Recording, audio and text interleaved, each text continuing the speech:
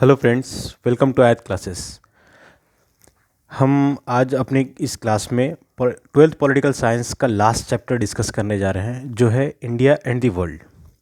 और हम कह सकते हैं कि एक्चुअल जो इंटरनेशनल रिलेशन है, जो इस साल ट्वेल्थ के सिलेबस में इंट्रोड्यूस किया गया है, उसको हम इसी चैप्टर में देखेंगे। तो सबसे पहले friends, India and the world जो ये दिया गया है आपको, तो इस चैप्टर को स्टार्ट करने से पहले हमें दो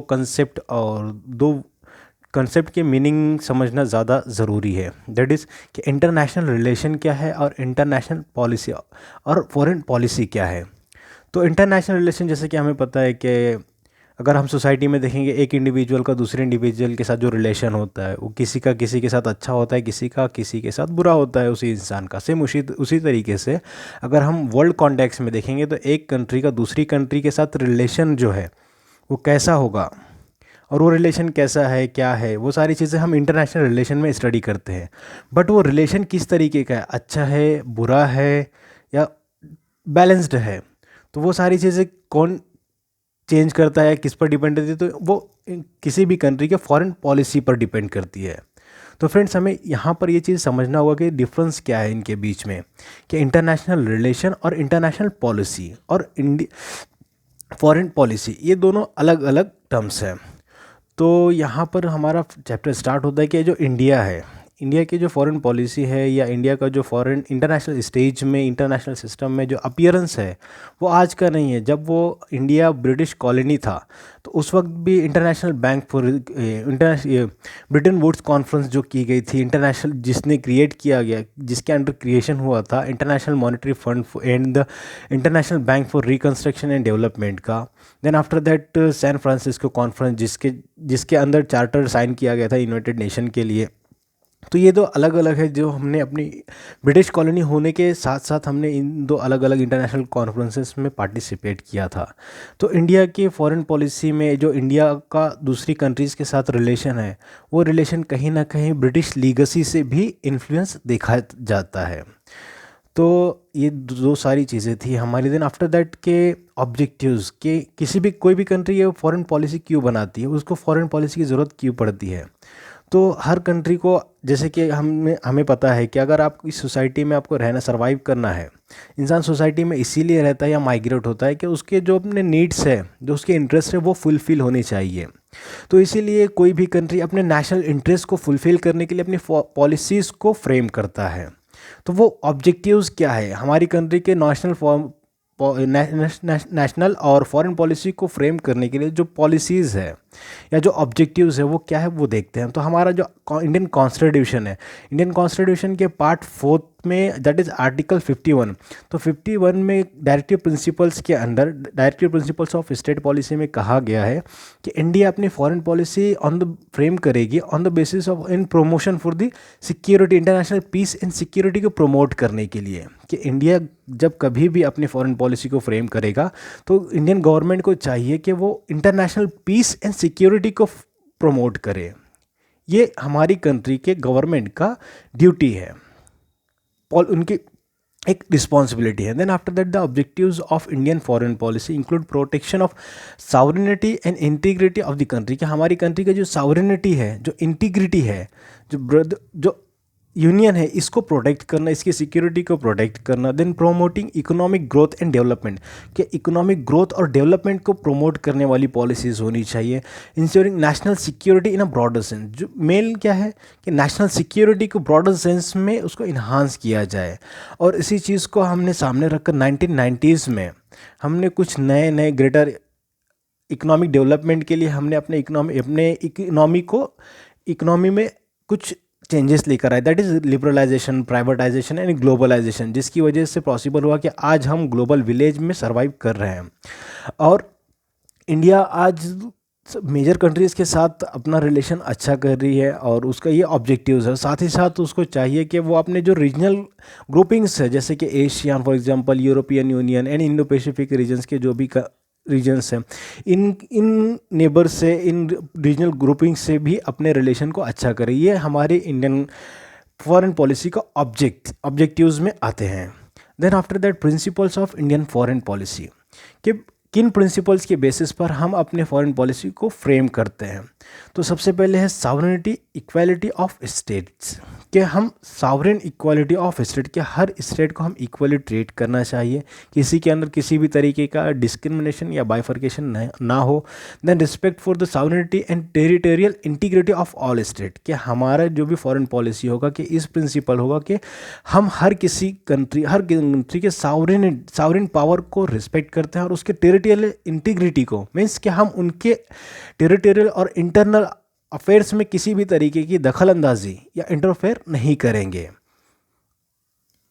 then non intervention in the internal affairs of any other state, respect for international law, के इंटरनेशनल लॉ को रिस्पेक्ट करना, active participation in international and regional organisation, के इंटरनेशनल एंड रीजनल ऑर्गेनाइजेशन और ग्रुपिंग्स है जो भी है तो उसमें हम एक्टिवली पार्टिसिपेट करें, and believe in peaceful coexistence and peaceful resolution of international dispute, के हम जो भी इंटरनेशनल डिस्प्यूट्स आते हैं तो उनको हम पीसफुली रिजॉल्व करें, इस चीज़ पे बिलीव करें। इसी चीज़ को सामने रखते हुए पंडित जवाहरलाल नेहरू ने 1946 में ऑल इंडिया रेडियो से कहा कि we propose as far as possible to keep away from the power politics of groups aligned against one another, which have led in the past to world wars and which may again lead to disaster on an even wider scale। कि पंडित नेहरू ने इस context में कहा कि जो 2 world Wars हुई है power politics की वजह से, तो हम इसके अगेंस्ट हैं, हम इसमें पढ़ना नहीं चाहते। देन आफ्टर दैट कि हम किसी के अगेंस्ट नहीं हैं, हम इस वॉर के अगेंस्ट है। तो हमारा फ्रेंडशिप के हमारी जो रिलेशंस है इंग्लैंड के साथ भी फ्रेंडली है। Then after that United States and Soviet Union के साथ भी फ्रेंडली है।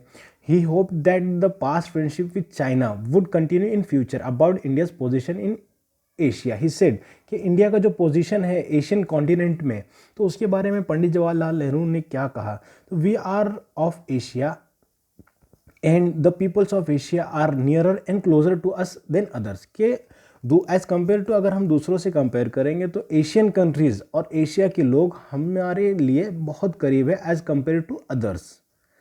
तो इस चीज़ को उन्होंने साफ कर दिया कि हम यहाँ से अब एशियन कंट्रीज़ जो है इनको हम लीड करना चाहते हैं, इंडिया इनको लीड करना चाहता है और ये हमारे नेबर्स है, ये हमारे लोग हैं और हम उनको दूसरों के कंपैरिजन में तरजीह देते हैं। Then India is so situated that she is a pivot of western southern and south east Asia, के जो इंडियन सब कॉन्टिनेंट का जो इस्टेब्लिशमेंट है और जो लोकेशन है वो स्ट्रैटेजिक है कि आप अगर साउथ में जाना चाहते हो, साउथ ईस्ट में जाना चाहते हो तो एक पिवट पॉइंट माना जाता है। Then after that non alignment has been, जैसे कि हमने अपने लास्ट ईयर प्रीवियस क्लास में भी पढ़ा था नॉन अलाइनमेंट मूवमेंट के बारे में। तो नॉन अलाइनमेंट लिटरली मीन्स कि not to be a part of any military alliance. और हम इस पावर पॉलिटिक्स जो ड्यूरिंग कोल्ड वॉर चल रही थी तो हम इस पावर पॉलिटिक्स में किसी भी तरीके से पार्टिसिपेंट नहीं है और जो हमारा इंटरनेशनल स्टेज में जो अपीयरेंस है और जो स्टैंड है वो नॉन अलाइंड है कि हम इंडिपेंडेंट हैं अपने पॉलिसीज़ को रखने के लिए। तो इसी चीज़ को सामने रखकर हमने किसी भी तरीके की मिलिट्री इन्फ्लुएंस में मिलिट्री अलायंसेस नहीं किए और जो दूसरी कंट्रीज़ न्यूली इमर्जिंग कंट्रीज़ को इन्फ्लुएंस करने के लिए एड्स वगैरह दे रहे थे तो हमने उस चीज़ को भी नहीं एक्सेप्ट किया। देन आफ्टर दैट के एक इसके ऊपर स्टेटमेंट आता है कि आज ये नॉन अलाइनमेंट ये आज उतना उसका रिलेवेंस आज भी है या नहीं है, बट तो अगर हम उसको अच्छे से एनालाइज करेंगे तो उसका जो मीनिंग है non alignment, independent foreign policy and peace approach are still relevant, के जो फॉरेन पॉलिसी वो इंडिपेंडेंट हो, किसी भी तरीके के इन्फ्लुएंस में ना हो और जो मेन पर्पस है कि डिसआर्मामेंट और पीस को प्रमोट करना वो आज भी उतना ही रिलेवेंट है जितना 47 और जिस वक्त 48 में था, तो उसका रिलेवेंस उतना ही है। Then after that factors influencing Indian foreign policy, कि इंडियन फॉरेन पॉलिसी के फॉर्मेशन में कौन कौन से फैक्टर्स अफेक्ट करते हैं। तो सबसे पहला फैक्टर है दैट इज़ ज्योग्राफी, कि ज्योग्राफिकल लोकेशन जिस तरीके से है इंडिया का कि इतना बड़ा वास्ट कोस्टल लाइन जो south, then presence of Himalayan mountains ranges in the north, then north east, then similarly the presence of a large country like China. क्या अगर हम नॉर्दर्न इंडिया को देखेंगे, नॉर्थ ईस्ट का रीजन देखेंगे तो सारा चाइना से बॉर्डर लगकर है। तो इतनी बड़ी कंट्री के साथ, then after that the unique geography of South Asia, while all neighbouring countries share an border with India, मैंने share a border with each other, कि जितनी भी नेबरिंग कंट्रीज है वो लोग हमसे बॉर्डर शेयर करती हैं। तो ये सारी चीज़ें हमारी कंट्री के फॉरेन पॉलिसी को बहुत हद तक, और जैसे कि हमने देखा कि ऑब्जेक्टिव हमारी नेशनल सिक्योरिटी, तो हमारी नेशनल सिक्योरिटी के कॉन्टेक्स्ट में अगर देखा जाए तो हमारे ये ज्योग्राफी बहुत ज़्यादा इंपॉर्टेंट हो जाती है हमारे फॉरेन पॉलिसी को इन्फ्लुएंस करने के लिए। देन आफ्टर दैट हिस्ट्री, कि हिस्टोरिकल, अगर हम हिस्टोरिकली देखा जाए कि इंडियन सब कॉन्टिनेंट जो है, तो यहाँ पे जितने भी नेबरिंग कंट्रीज़ है तो हिस्टोरिकली उनका जो कोएग्जिस्टेंस था वो देखा जाए तो वो सेम ही है। और पीस को प्रमोट करना, देन उसका जो एंटी कॉलोनियलिज्म, देन एंटी रेशलिज्म, ये सारी चीज़ों ने फ्रीडम स्ट्रगल के वक्त हमारी कंट्री में इनकलकेट कर दी। ये वैल्यूज़ हमारे फ्रीडम स्ट्रगल से ही हमें मिले हैं। तो ये सारे वैल्यूज़ हमारे फॉरेन पॉलिसी को इन्फ्लुएंस करते हैं। Then after that economical factor, तो इकोनॉमी के मतलब जैसे कि हमें पता है कि आफ्टर इंडिपेंडेंस हमने नॉन अलाइनमेंट इस तरीके का स्टैंड लिया, तो इस चीज़ ने ना सिर्फ हमारे पॉलिटिकली हम नॉन अलाइंड थे बल्कि इकोनॉमिकली एंड स्ट्रेटेजिकली कॉन्टेक्स्ट भी हम नॉन अलाइंड ही थे। तो उस वक्त हमारी कंट्री में बैकवर्डनेस, पॉवर्टी, ये सारी चीज़ें बहुत थी। उन सारी चीज़ों को टैकल करने के लिए बहुत सारी कंट्रीज़ ने ये भी हमें मनी ऐड भी देने के लिए ट्राई किया, but we never accepted it, कि उसको हमने एक्सेप्ट नहीं किया। देन फिर उस चीज़ को नहीं एक्सेप्ट करते हुए हमने उस हार्डशिप से बाहर निकल कर आए, हमने मिक्स पैटर्न ऑफ इकोनॉमी को एक्सेप्ट किया। देन उसके बाद 1991 में कि लिबरलाइजेशन, हमने अपने इकोनॉमिक पैटर्न में कुछ चेंजेस लेकर, like liberalisation, privatisation and globalisation. तो ये सारी चीज़ें कहीं ना कहीं हमारे फॉरेन पॉलिसी को, और आज इकोनॉमी ये एक की फैक्टर माना जाता है आपके नेशनल फॉरेन पॉलिसी को इन्फ्लुएंस करने के लिए। Then after that polity, the executive organ of the government plays an important role in making and implementing the foreign policy in India, कि जो एक्चुअल एग्जीक्यूटिव्स हैं, जो इलेक्टेड बॉडी है, वो लोग elected and non elected both, वो लोग हमारे फॉरेन पॉलिसी इम्प्लीमेंटिंग में एक की रोल अदा करते हैं। Then parliament plays the role of watch to political leadership makes significant impact on foreign relation of India. Prime ministers like Jawaharlal Nehru, Lal Bahadur Shastri, Indira Gandhi, Rajiv Gandhi, PV Narasimha Rao, Atal Bihari Vajpayee and so on, कि ये अलग अलग प्राइम मिनिस्टर्स थे। और अगर कोई भी किसी भी कंट्री का प्राइम मिनिस्टर किसी कंट्री में जाकर विजिट करता है तो वो एज अ इंडिविजुअल या किसी पॉलिटिकल पार्टी को रिप्रेजेंट करने के लिए विजिट नहीं करते हैं, बल्कि वो पूरी कंट्री को रिप्रेजेंट करते हैं जब वो कहीं पर विजिट कर रहे हैं। और ये चीज़, इनका विजिटिंग बहुत ज़्यादा मायने रखता है हमारे फॉरेन पॉलिसी को इन्फ्लुएंस करने के लिए। और then after the drafting of foreign policy and giving advice to the political executive, then जो एक्सटर्नल अफेयर मिनिस्टर होते हैं वो बहुत ज़्यादा की रोल अदा करते हैं हमारे एग्जीक्यूटिव्स को एडवाइस करने के लिए। Then beside the national security adviser, ये भी एक की रोल अदा करते हैं फॉरेन पॉलिसी मेकिंग में और इन्फ्लुएंस करते हैं इस चीज़ को। इंटरनेशनल सिस्टम, सबसे पहले तो हमने जैसे कि फर्स्ट चैप्टर में इस चीज़ को डिस्कस किया था कि इंटरनेशनल सिस्टम होता क्या है। यहाँ पे इंटरनेशनल सिस्टम भी है और रीजनल सिस्टम भी है। कि इंटरनेशनल सिस्टम के जो वर्ल्ड कॉन्टेक्स्ट में जो पावर पॉलिटिक्स हमने फर्स्ट चैप्टर में देखी थी और अपने प्रीवियस क्लास में, दैट इज़ 11th के लास्ट चैप्टर में देखा था हमने कि इंटरनेशनल सिस्टम होता क्या है। कि दो पावर, हमने देखा कि ड्यूरिंग कोल्ड वॉर के 2 पावर ब्लॉक्स थे। देन उसके बाद पोस्ट कोल्ड वॉर 1990s में ख़त्म हुआ कि उस वक्त हमने देखा कि एक पावर ब्लॉक है, सुपर पावर बन गया। तो ये सारी चीज़ें इंटरनेशनल सिस्टम कहलाती हैं। तो इसमें इंडिया का रोल किस तरीके से है। देन रीजनल सिस्टम किस तरीके का है, मतलब Indo US, then China Pakistan का फ्रेंडशिप, देन रशिया चाइना का रिलेशन, ये सारी चीज़ें जिस तरीके से चेंज होती है, डेवलप होती हैं, तो ये सारी चीज़ें हमारे इंटरनेशनल सिस्टम और रीजनल सिस्टम किसी भी कंट्री के फॉरेन पॉलिसी को बहुत हद तक इन्फ्लुएंस करती है। Then after that we are going to discuss the India's relation with the world, के इंडिया का रिलेशन दुनिया के साथ, और दुनिया के साथ बोलना मतलब कि यहाँ पे मेजर पावर्स के साथ किस तरीके से है और इनके नेबर्स के साथ इंडिया का रिलेशन किस तरीके से है। Foreign policy is the instrument of a country to establish, maintain and develop relation with the rest of the world. Since independence, India has established relations with nearly all the countries in the world. It is not necessary for nor possible to have equally good or close relation with all countries. कि किसी भी country के लिए ये possible नहीं है कि वो हर कंट्री के साथ अच्छे रिलेशन रखे और क्लोज रिलेशन रखे। किसी के साथ अच्छा हो सकता है, किसी के साथ बुरा भी हो सकता है, और किसी के साथ बैलेंस्ड भी हो सकता है. With some countries, the relations are closer or better than with some others. Usually, relations with neighboring countries are important for the foreign policy of every country. के जो भी neighboring countries है, जैसे कि हमने अपने 4th चैप्टर में discuss किया था कि अगर आपको डेवलपमेंट करना है किसी भी इंडिविजुअल को, हम इंडिविजुअल की बात करते हैं, कंट्री की नहीं, अगर कोई इंडिविजुअल अपने आप का डेवलपमेंट चाहता है तो वो उसके लिए ज़रूरी है कि वो एक पीसफुल इन्वायरमेंट में सर्वाइव करे. अगर वो इन्वायरमेंट पीसफुल नहीं है, हर दिन वहाँ पर झगड़े, लड़ाई, दंगे फसाद होते हैं, तो वहाँ पर उस इंडिविजुअल का डेवलपमेंट ग्रोथ अच्छा नहीं होगा. सेम यही चीज़ हर कंट्री पर भी अप्लीकेबल है कि अगर उसके नेबरिंग कंट्रीज़ के साथ रिलेशन राइवलरी है, उनके नेबरिंग कंट्रीज़ के साथ अच्छे रिलेशंस नहीं है, तो उनका सर्वाइवल और उनका डेवलपमेंट अच्छा नहीं हो सकता है. उनकी हमेशा सिक्योरिटी थ्रेट होगी, दूसरी सारी चीज़ें.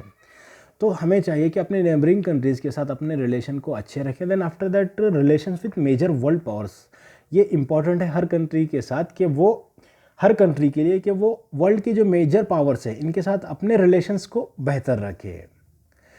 तो हम यहाँ पर जैसे कि major powers US, then after that Russia, then China, इन तीनों कंट्रीज़ के साथ इंडिया के रिलेशन किस तरीके से हम तो उसको डिस्कस करते हैं.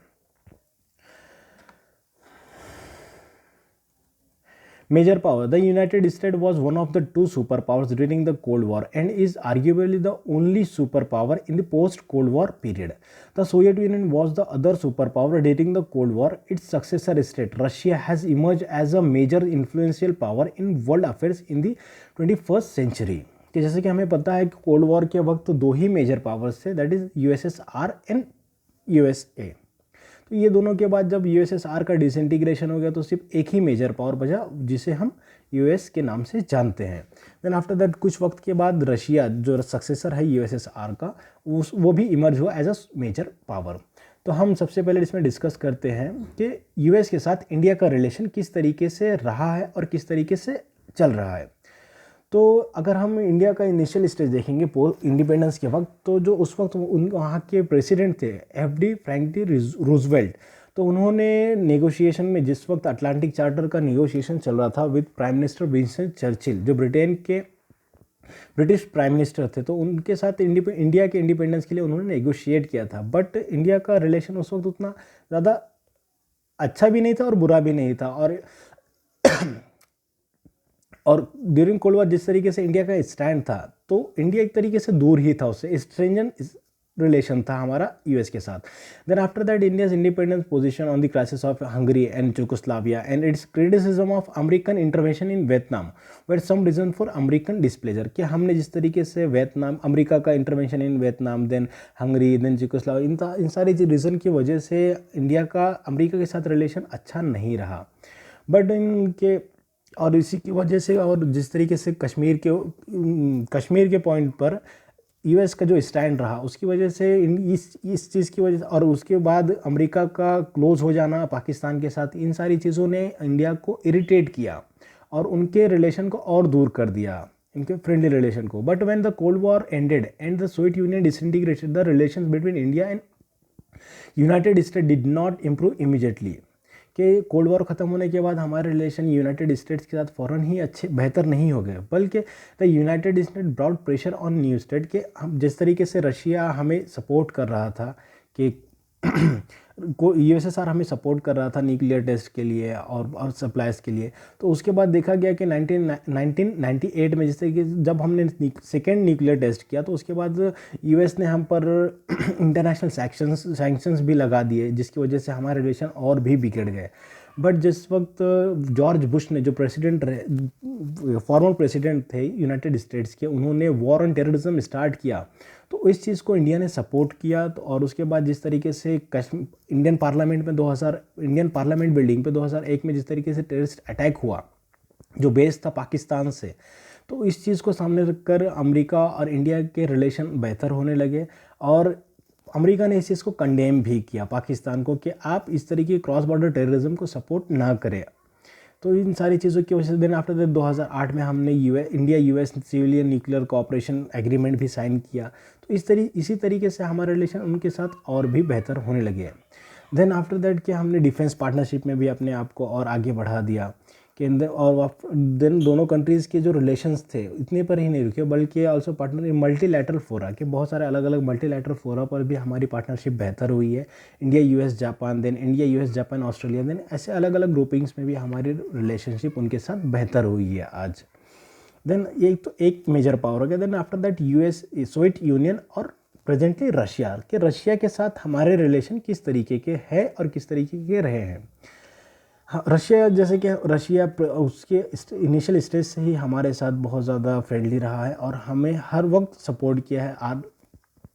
इंडिया को, इंडियन इंडस्ट्रीज़ को रिसोर्सेज प्रोवाइड करने के लिए, देन इनको न्यूक्लियर वेपन्स, न्यूक्लियर टेस्ट के लिए सपोर्ट करने के लिए, टेक्नोलॉजी एंड अदर सेक्टर्स में इंडिया को हेवी इंडस्ट्रीज़ में सपोर्ट किया है इसने। Then friendship treaty, Indo Soviet friendship treaty of 1971 एक बहुत ही बड़ा बायलैटरल रिलेशनशिप का माइलस्टोन माना जाता है। देन उसके बाद during the first 5 years after the disintegration of Soviet Union के relation between India and the new state of Russia were not good, कि जब डिसइंटीग्रेशन के बाद इंडिया और रशिया के रिलेशन उतने बेहतर नहीं थे, बट 1990s के बाद Russia made agreement for a joint venture to produce Sukhoi fighter aircraft in BrahMos missiles, कि हमने उनके साथ मिलकर Sukhoi fighter and BrahMos missiles भी प्रोड्यूस किए। Then it also agreed to provide reactors for India's कुलम nuclear power plant. Russia sold its aircraft carrier Admiral Grossev to India, which is now known as the India's INS Vikram Aditya. कि इन बहुत सारे defence, mainly हम देखा जाए तो जो armaments है उसके डेवलपमेंट के लिए रशिया ने हमें बहुत सपोर्ट किया है। और साथ ही साथ यूनाइटेड स्टेट्स में जब भी यूएन में परमानेंटशिप की बात हुई है तो यूएस ने हमें इंडिया को सपोर्ट ही किया। Transfer of Russian weapons system to India continues to be the main foundation of bilateral relation. Beside, both countries have major stakes in Russian oil fields such Sakhalin-1 highlight the importance of energy security. But ये relation कहीं ना, ये relation जिस तरीके से हमें पता है कि इंटरनेशनल रिलेशन में और पॉलिटिक्स में कि कभी there is no permanent friend and no permanent enemy, तो उसी तरीके से हमारे रिलेशन रशिया के साथ हर वक्त चेंज होते ही रहे हैं। देन आफ्टर दैट चाइना की बात आती है कि चाइना को 1949 में जिस तरीके से उनका कम्युनिस्ट रिवोल्यूशन हुआ और हम इंडिया ने इस चीज़ को रिकॉग्नाइज भी किया, पीपल्स रिपब्लिक ऑफ चाइना को। The countries went to the friendly relation in 1954। उन्होंने हमने उनके साथ एक ट्रीटी भी साइन की और उनको हमने उनकी सॉवरेनिटी को ऑन तिब्बत पे भी हमने उसको रिकग्निशन दिया। Then however the relation between India and China began to worsen towards the end of 1950। One important reason फिर was the question of border between, कि इन हमारी और चाइना के बीच में जो रिलेशन में खटास आई है तो वो बॉर्डर को लेकर आई है कि अक्साई चीन एंड लद्दाख इन नेफा में, that is north east frontier agency. Presently अगर हम देखेंगे तो अरुणाचल प्रदेश जो हमारे इंडिया का पार्ट है। अब war on the border in 1962 के रिजल्ट के उसी बॉर्डर की वजह से ही हमारा 62 में चाइना के साथ वॉर हुआ और उसके बाद टोटली हमारे उनके साथ रिलेशन कट गए थे। और उसके बाद ये रिलेशन और बिगड़े उस वक्त जब हमने तिब्बत को रिकॉग्नाइज तो कर दिया, बट हमने क्रिटिकली उसको जो पॉलिटिकल असाइलम प्रोवाइड किया इंडिया ने दलाई लामा को, तो उसके बाद हमारे रिलेशन चाइना के साथ और भी बिगड़ गए। Then after that, India and China resumed their full-scale diplomatic relation in 1976. India made attempts to improve relations with China under Prime Minister Morarji Desai and Rajiv Gandhi। के राजीव गांधी और मोरारजी देसाई के प्राइम मिनिस्टरशिप में हमने इन रिलेशन को और बेहतर करना चाहा और कुछ कमेटीज़ भी ऑर्गेनाइज की, कुछ कमेटीज़ का भी इस्टेब्लिशमेंट किया गया जो इस इशू को रिजॉल्व कर सके। तो उस वक्त हमने लाइन ऑफ एक्चुअल कंट्रोल इस चीज़ को ड्रॉ भी किया वहाँ पर और बातचीत भी स्टार्ट कर ली कि वहाँ पर उस लाइन ऑफ एक्चुअल कंट्रोल पे पीस और ट्रैंक्विलिटी किस तरीके से हम मेंटेन कर सकें। But the relation between China and India in the 21st century are quite complex. क्या हमारे रिलेशन चाइना के साथ 21st सेंचुरी में बहुत ही कॉम्प्लेक्स है। एक तरफ तो हमारे बॉर्डर को लेकर डिस्प्यूट्स चल रहे हैं, बट दूसरी तरफ हमने नथुला को ओपन किया क्रॉस बॉर्डर ट्रेड के लिए, कि नथुला में सिक्किम में हमने इस चीज़ को ओपन किया। Trade relation between two countries has grown in the last 2 decades and China is today among the 3 largest trading partners of India। के इंडिया के जो 3 सबसे बड़े 3rd लार्जेस्ट पार्टनर है जो ट्रेड में इंडिया का पार्टनर माना जाता है। And the legitimate claims India continues to have apprehensions and legitimate claims against India's ambitious Belt and Road Initiative। कि हमारा इस तरीके से one belt and road initiative है चाइना का पाकिस्तान के साथ, उसके अगेंस्ट हमारा वॉइस हमेशा ही रहा, क्योंकि स्ट्रैटेजिकली और सिक्योरिटी पॉइंट ऑफ व्यू से देखा जाए तो ये चीज़ हमारे अगेंस्ट आती है। Then however China and India partner with each other in multilateral fora such as World Trade Organization and on the issues of climate change. China's support to Pakistan also continues to be one of the important reason for irritation between the two countries। कि जिस तरीके से China Pakistan को support करता है तो वो India के साथ होने वाले इरिटेशन में और इंडिया के साथ रिलेशन में बिगाड़ के लिए एक बहुत बड़ा रीज़न माना जाता है। तो फ्रेंड्स, हमारे वीडियोज़ को देखने के लिए थैंक यू। हम अपने नेक्स्ट लेक्चर में इस चैप्टर के सेकेंड पार्ट को डिस्कस करेंगे। तो फ्रेंड्स, ऐसे ही नए वीडियोस को पाने के लिए हमारे चैनल आयत क्लासेस को सब्सक्राइब करें, वीडियोस को लाइक करें और अपने फ्रेंड्स से, अपने दोस्तों से इस चीज़ को शेयर करें। Thank you friends.